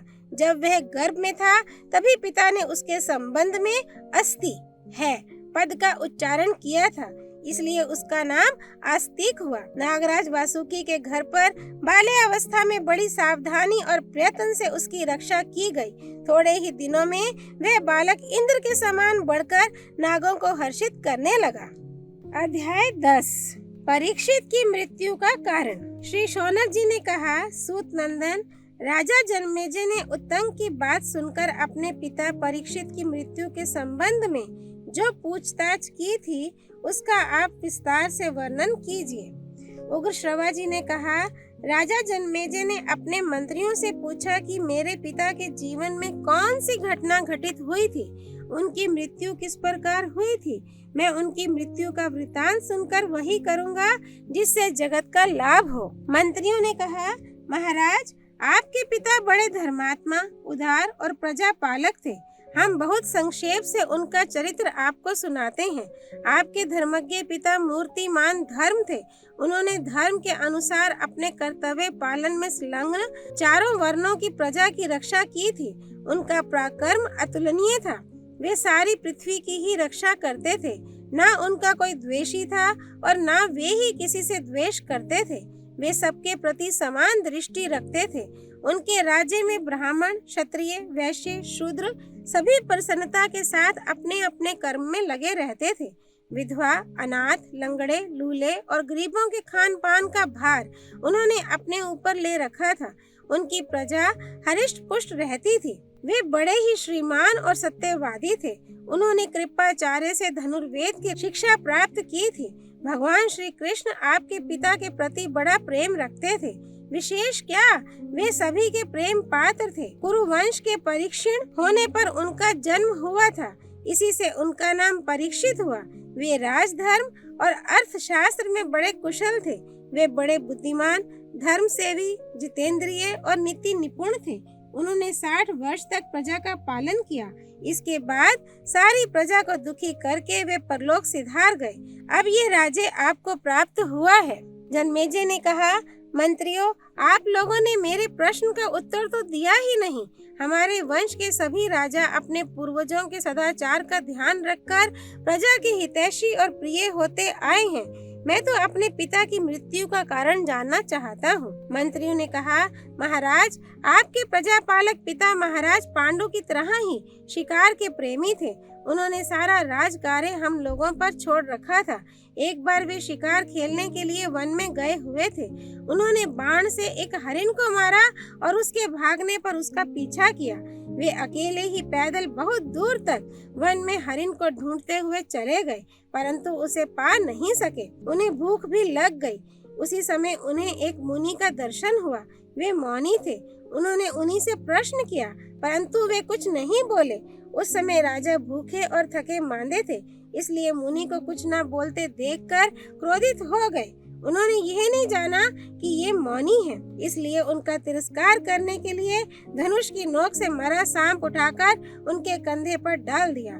मौनी मुनि ने राजा के इस कृत्य पर भला बुरा कुछ नहीं कहा। वे चुपचाप शांत भाव से बैठे रहे। राजा ज्यों के त्यों वहां से उल्टे पांव राजधानी में लौट आए। मौनी ऋषि शमीक के पुत्र का नाम था श्रृंगी। वह बड़ा तेजस्वी और शक्तिशाली था। जब महातेजस्वी श्रृंगी ने अपने सखा के मुंह से यह बात सुनी कि राजा परीक्षित ने मौन और निश्चल अवस्था में मेरे पिता का तिरस्कार किया है, तो वह क्रोध से आग बबूला हो गया। उसने हाथ में जल लेकर आपके पिता को शाप दिया। जिसने मेरे निरपराध पिता के कंधे पर मरा हुआ सांप डाल दिया, उस दुष्ट को तक्षक नाग क्रोध करके अपने विष से 7 दिन के भीतर ही जला देगा। लोग मेरी तपस्या का बल देखें। इस प्रकार शाप देकर श्रृंगी अपने पिता के पास गया और सारी बात कह सुनाई।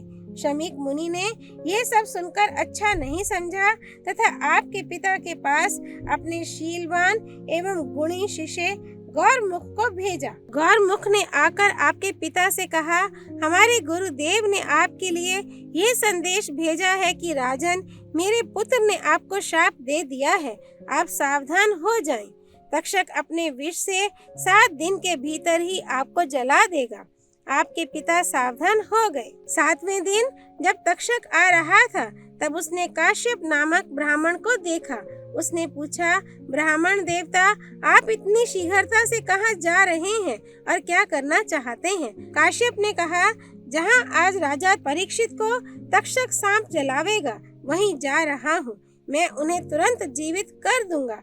मेरे पहुंच जाने पर तो सर्प उन्हें जला भी नहीं सकेगा। तक्षक ने कहा, मैं ही तक्षक हूँ। आप मेरे डसने के बाद उस राजा को क्यों जीवित करना चाहते हैं? मेरी शक्ति देखिए। मेरे डसने के बाद आप उसे जीवित नहीं कर सकेंगे। ये कहकर तक्षक ने एक वृक्ष को डस लिया। उसी क्षण वह वृक्ष जलकर खाक हो गया। काश्यप ब्राह्मण ने अपनी विद्या के बल से उस वृक्ष को उसी समय हरा भरा कर दिया। अब तक्षक ब्राह्मण देवता को प्रलोभन देने लगा। उसने कहा, जो चाहो मुझसे ले लो। ब्राह्मण ने कहा, मैं तो धन के लिए वहाँ जा रहा हूँ। तक्षक ने कहा, तुम उस राजा से जितना धन लेना चाहते हो मुझसे ले लो और यहीं से लौट जाओ। तक्षक के ऐसा कहने पर काश्यप ब्राह्मण मुंह मांगा धन लेकर लौट गए। उसके बाद तक्षक छल से आया और उसने आपके महल में बैठे एवं सावधान धार्मिक पिता को विष की आग से भस्म कर दिया। तदनंतर आपका राज्याभिषेक संपन्न हुआ। ये कथा बड़ी दुखद है, फिर भी आपकी आज्ञा से हमने सब सुना दिया है। तक्षक ने आपके पिता को डंसा है और उत्तंक ऋषि को भी बहुत परेशान किया है। आप जैसा उचित समझे करें। जन्मेजय ने कहा, मंत्रियों, तक्षक के डंसने से वृक्ष का राख की ढेरी हो जाना और फिर उसका हरा भरा हो जाना बड़े आश्चर्य की बात है। ये बात आप लोगों से किसने कही? अवश्य ही तक्षक ने बड़ा अनर्थ किया। यदि वह ब्राह्मण को धन देकर न लौटा देता तो काश्यप मेरे पिता को भी जीवित कर देते। अच्छा, मैं उसको इसका दंड दूंगा। पहले आप लोग इस कथा का मूल तो बतलाइए। मंत्रियों ने कहा, महाराज, तक्षक ने जिस वृक्ष को डंसा था उस पर पहले से ही एक मनुष्य सूखी लकड़ियों के लिए चढ़ा हुआ था। ये बात तक्षक और काश्यप दोनों में से किसी को मालूम ना थी। तक्षक के डसने पर वृक्ष के साथ वह मनुष्य भी भस्म हो गया था। काश्यप के मंत्र प्रभाव से वृक्ष के साथ वह भी जीवित हो गया।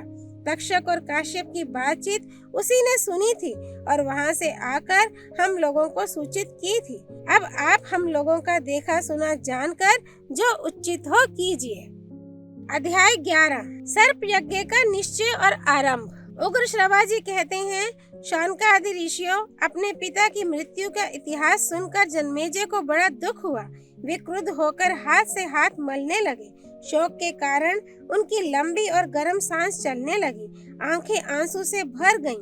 वे दुख, शोक तथा क्रोध से भरकर आंसू बहाते हुए शास्त्रोक्त विधि से हाथ में जल लेकर बोले, मेरे पिता किस प्रकार स्वर्गवासी हुए, यह बात मैंने विस्तार के साथ सुन ली है। जिसके कारण मेरे पिता की मृत्यु हुई है, उस दुरात्मा तक्षक से बदला लेने का मैंने पक्का निश्चय कर लिया है। उसने स्वयं मेरे पिता का नाश किया है। श्रृंगी ऋषि का शाप तो एक बहाना मात्र है। इस बात का प्रत्यक्ष प्रमाण यह है कि उसने काश्यप ब्राह्मण को, जो विष उतारने के लिए आ रहे थे और जिनके आने से मेरे पिता अवश्य ही जीवित हो जाते, धन देकर लौटा दिया। यदि हमारे मंत्री काश्यप ब्राह्मण का अनुनय विनय करते और वे अनुग्रह पूर्वक मेरे पिता को जीवित कर देते, तो इससे उस दुष्ट की क्या हानि होती। ऋषि का शाप पूरा हो जाता और मेरे पिता जीवित रह जाते। मेरे पिता की मृत्यु में सारा अपराध तक्षक का ही है, इसलिए मैं उससे अपने पिता की मृत्यु का बदला लेने का संकल्प करता हूँ। मंत्रियों ने महाराज जन्मेजय की इस प्रतिज्ञा का अनुमोदन किया। अब राजा जन्मेजय ने पुरोहित और ऋत्विजों को बुलाकर कहा, दुरात्मा तक्षक ने मेरे पिता की हिंसा की है। आप लोग ऐसा उपाय बताइए जिससे मैं बदला ले सकूं। क्या आप लोग ऐसा कर्म जानते हैं जिससे मैं उस क्रूर सर्प को धधकती आग में होम सकूं?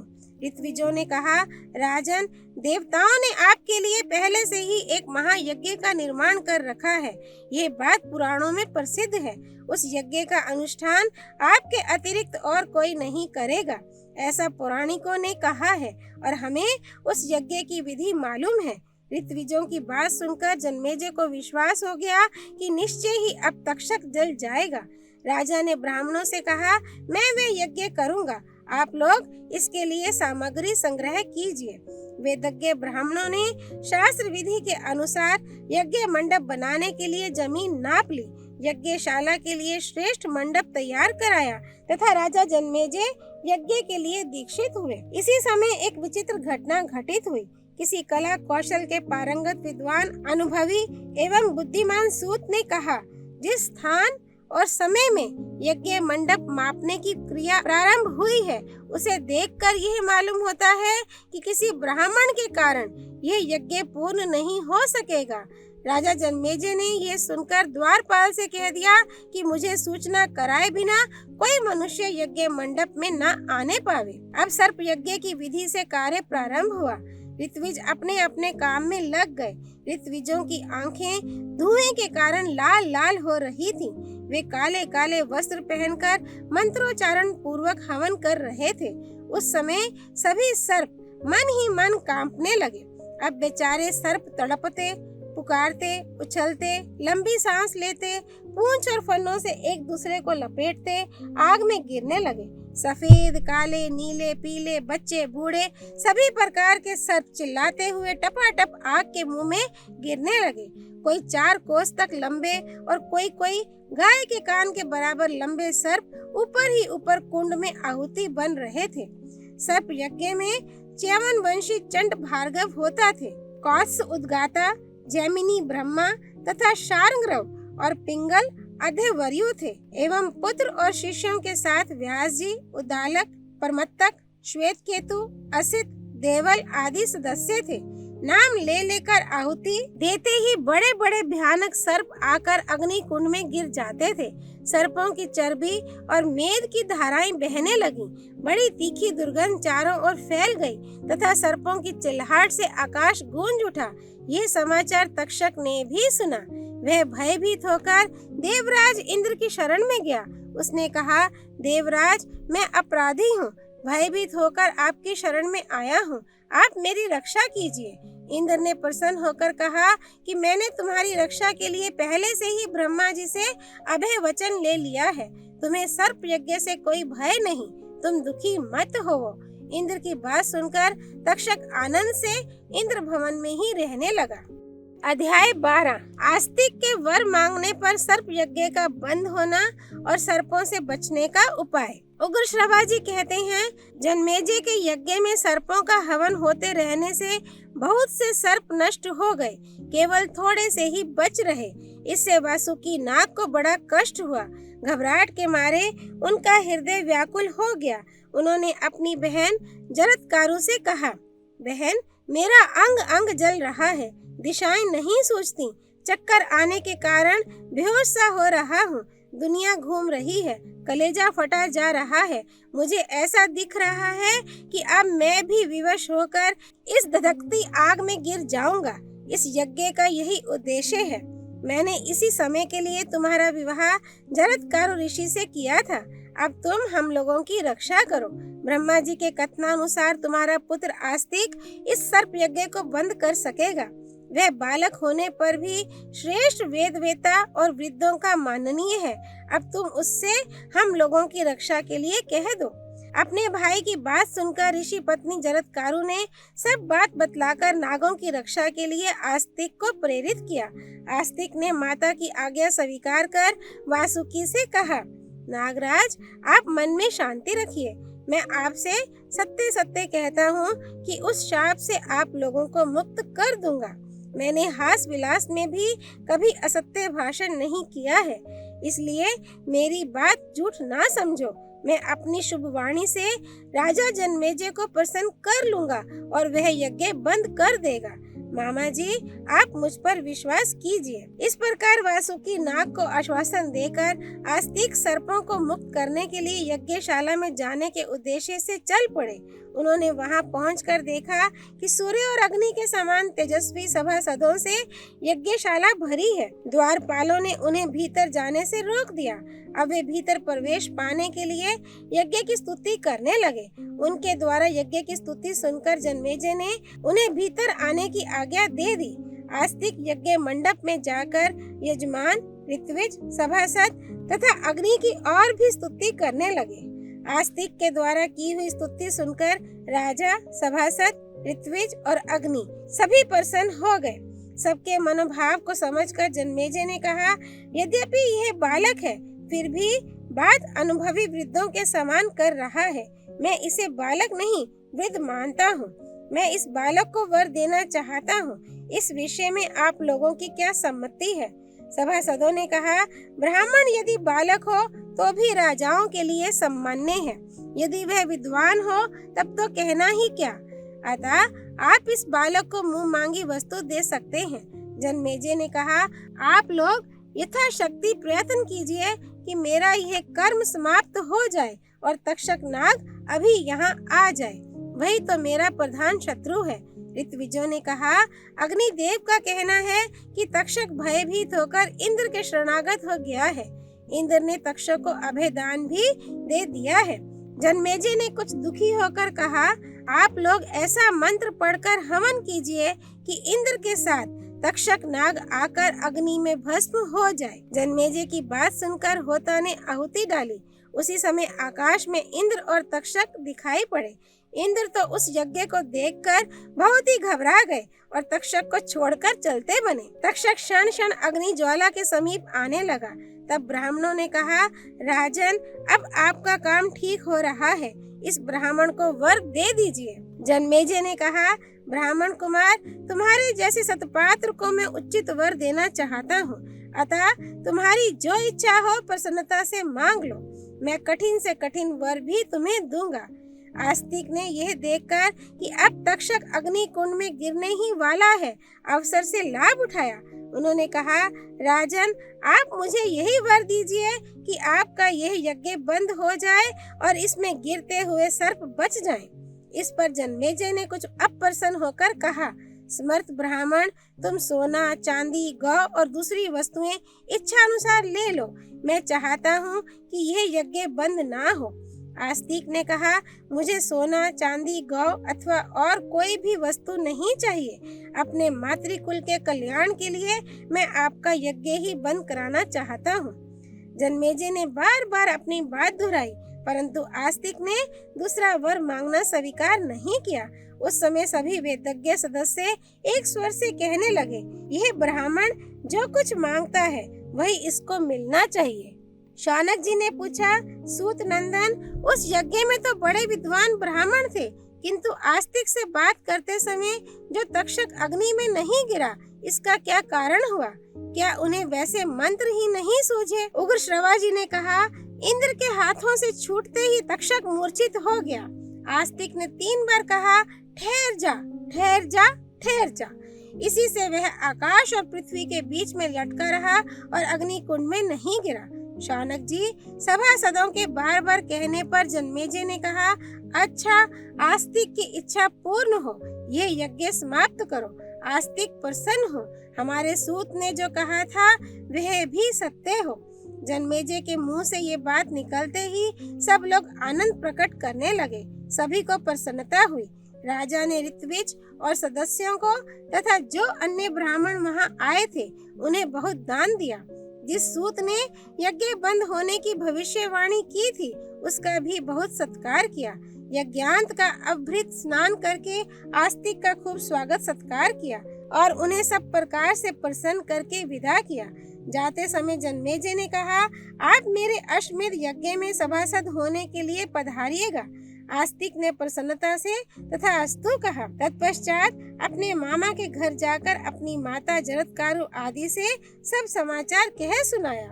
उस समय वासुकी नाग की सभा यज्ञ से बचे हुए सर्पों से भरी हुई थी। आस्तिक के मुंह से सब समाचार सुनकर सर्प बहुत प्रसन्न हुए। उन्होंने उन पर प्रेम प्रकट करते हुए कहा, बेटा, तुम्हारी जो इच्छा हो वर मांग लो। वे बार बार कहने लगे, बेटा, तुमने हमें मृत्यु के मुंह से बचा लिया, हम तुम पर प्रसन्न हैं। कहो, तुम्हारा कौन सा प्रिय कार्य करें? आस्तिक ने कहा, मैं आप लोगों से यह वर मांगता हूँ कि जो कोई सायंकाल और प्रातःकाल प्रसन्नता पूर्वक इस धर्ममय उपाख्यान का पाठ करे, उसे सर्पों से कोई भय ना हो। ये बात सुनकर सभी सर्प बहुत प्रसन्न हुए। उन लोगों ने कहा, प्रियवर, तुम्हारी यह इच्छा पूर्ण हो। हम बड़े प्रेम और नम्रता से तुम्हारा मनोरथ पूर्ण करते रहेंगे। जो कोई असित, आरतीमान और सुनीत मंत्रों में से किसी एक का दिन या रात में पाठ कर लेगा, उसे सर्पों से कोई भय नहीं होगा।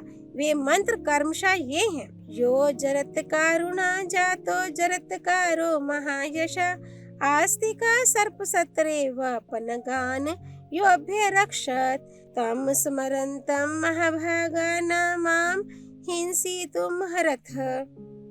जरत्कारु ऋषि से जरत्कारु नामक नाग कन्या में आस्तिक नामक यशस्वी ऋषि उत्पन्न हुए। उन्होंने सर्प यज्ञ में तुम सर्पों की रक्षा की थी। महाभाग्यवान सर्पों, मैं उनका स्मरण कर रहा हूँ, तुम लोग मुझे मत डंसो। सर्पाप सर्प भद्रम ते गच्छ सर्प महावेश, जन्मे जैसे यज्ञान्ते आस्तिक वचनम स्मर। हे महाविषधर सर्प, तुम चले जाओ, तुम्हारा कल्याण हो। अब तुम जाओ। जन्मेजय के यज्ञ की समाप्ति में आस्तिक ने जो कुछ कहा था उसका स्मरण करो। आस्तिकस्य वच श्रुत्वा यः सर्पो न निवर्तते, शतधा भिद्यते मूर्धनि शींश वृक्षफलम यथा। जो सर्प आस्तिक के वचन की शपथ सुनकर भी नहीं लौटेगा, उसका फन शीशम के फल के समान सैकड़ों टुकड़े हो जाएगा। धार्मिक शिरोमणि आस्तिक ऋषि ने इस प्रकार सर्प यज्ञ से सर्पों का उद्धार किया। शरीर का प्रारब्ध पूरा होने पर पुत्र पौत्र आदि को छोड़कर आस्तिक स्वर्ग चले गए। जो आस्तिक चरित्र का पाठ या श्रवण करता है उसे सर्पों का भय नहीं होता। नारायण स्वरूप भगवान श्री कृष्ण की जय। भगवती सरस्वती की जय। भगवान व्यास अवतार परम ऋषि श्री कृष्ण द्वैपायन की जय। श्री हरि अर्पणमस्तु।